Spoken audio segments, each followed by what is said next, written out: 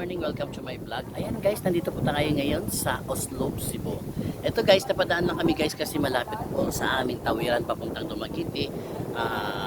Kasi naging maaga kami guys kasi malayo kasi ito sa Cebu City.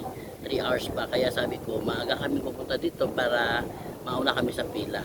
So dito na kami nag-overnight sa Oslob. So ngayon, kasi Sunday, bago kami sasakay, dadaan muna kami ng simbahan. Ayan guys, makikita mo yung simbahan ng Oslob nasa likod ko. Ayan po.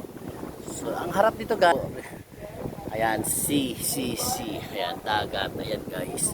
Ito yung Oslob Church. Ayan. So ayan guys, so yun isang driver natin ayan guys, na nagbablog din siya guys. Ayan po yung simbahan ng Oslob. Ayan. So yan yung makikita nyo guys. Yan. So ayan guys, so ito yung Oslob pag-araw. So tambay muna tayo dito guys kasi magsisimba ako maya-maya, isaalis na rin kami.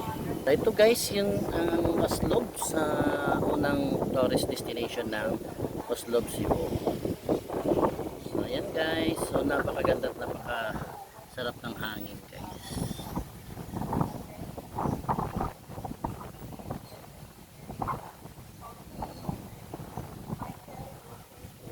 Yan guys, may misa kasi guys, kaya yun.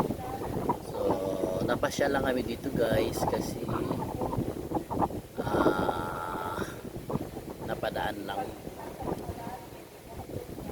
So, napakagandang bundok, napakagandang place para sa hindi ko alam sana yun.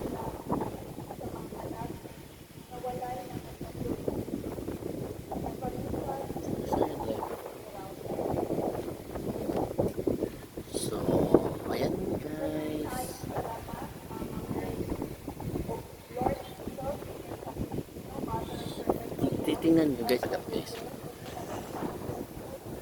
ayan po yung dagat ng Oslob guys. Ayan po. So ayan po guys, ito po yung harap ng church. Ayan guys, nakikita nyo na ang Oslob. Ito guys, malapit lang to sa lodging house namin na mura lang guys. Ayan, malakas ang alon guys kasi merong, ayan po, malakas ang alon guys kasi ayan po. Nakakala kasi may bagyo. Ayan guys. So, kung makikita nyo, napakaganda. So, ayan guys. So, napakaganda. So, ito yung old church guys. Na sinasabi nila.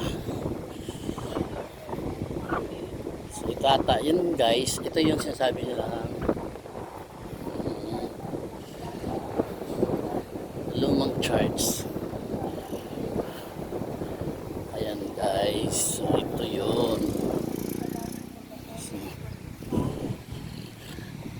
itata yun guys. So ito yung old church guys to Cebu.